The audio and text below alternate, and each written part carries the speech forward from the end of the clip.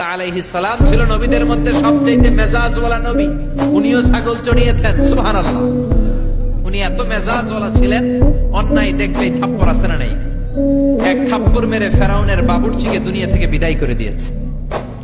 সবাই বললো এটা ফেরাউনের বাবুর্চি, দৌড় দাও। সাইয়েদনা মুসা বাঁচার জন্য দিলেন দৌড়। দৌড়াতে দৌড়াতে মিশর ছেড়ে সৌদি বর্ডারে ঢুকে গেছে। ওইটা আবার আরেক নবীর বাউন্ডারি, শুআইব আলাইহিস সালামের বাউন্ডারি। শুআইব আলাইহিস সালামের দুই মেয়েকে সাহায্য করলেন, কুয়া থেকে পানি তুলে দিলেন। মেয়েরা বলল চলেন, আমাদের বাড়িতে চলেন। সাইয়েদনা মুসা ভাবলেন নতুন এলাকায় এসেছি, কাউকে চিনি না, ওদের বাড়িতে যাই। যাওয়ার পরে সাইয়েদনা শুআইব আলাইহিস সালাম মুসা আলাইহিস সালামের চেহারার দিকে তাকালেন। একটা গ্ল্যান্সে ও মিয়া, পুলিশ পুলিশ চিনে, চোর চোর চিনে, আর নবী নবী চিনে, যেরকম ঠিক কিনা? শুআইব আলাইহিস সালাম নিজে নবী, মুসা আলাইহিস সালামের চেহারার নূর দেখেই উনি বুঝে ফেললেন এটা ভাবি নবী, মানে ভবিষ্যতের নবী হতে যাচ্ছে। চিল্লায় বলেন আল্লাহু আকবার। শুআইব আলাইহিস সালাম প্ল্যান করে ফেললেন। দেখেন এক একজন নবী কি ভিশনারি ছিলেন। ওনার মেয়ের বয়স সাফুরা, বয়স 8 বছর। ভাবলেন এই ছেলেটারে যদি 10 বছর কাজে খাটানো যায়, আমার মেয়ের বয়স এখন 8, 10 বছর পরে বয়স কত হবে? 18। বিয়ে দেওয়ার উপযুক্ত বয়স, যেরকম ঠিক কিনা?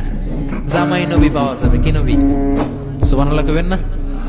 শুআইব আলাইহিস সালাম বললেন থাকো, ছাগল চড়াও, আগামীকাল থেকে তোমার কাজ কি? কাজ? আমার ছাগলগুলোরে চড়াও। যেই নবী রাগের চোটে মানুষের থাপ্পড় মেরে মেরে ফেলে, ওই নবীর দিছে ছাগল চড়াইতে। কি চড়াইতে? সাইয়েদনা মুসা আলাইহিস সালাম প্রথম দিন ডিউটি করতে গেলেন মরুভূমিতে। যে দেখে অনেক ছাগল খালি ভ্যা ভ্যা করে। কি করে? ডান দিকে ধরলে বাম দিকে দৌড় দেয়, বাম দিকে গেলে ডানে দৌড় দেয়। এত বড় শক্তিশালী নবীরে নাস্তানাবুদ করে ছেড়ে দেয় ছাগলগুলো। ঘামতে ঘামতে মুসা আলাইহিস সালাম শেষ। ডিউটি শুরু হলো, বছরের পর বছর যায়, নবী মুসার রাগও কমে না, ছাগল চড়ানো বন্ধ হয় না। আল্লাহর প্ল্যান, 10 বছর মুসা আলাইহিস সালামকে ছাগল চড়ানোর রাখালগিরির দায়িত্ব দিলাম, যাতে মেজাজটা ঠান্ডা হয়। কারণ ফেরাউনের মেজাজ নরম না গরম? ফেরাউনও গরম, মুসাও যদি গরম হয়, মারামারি আছে না নাই?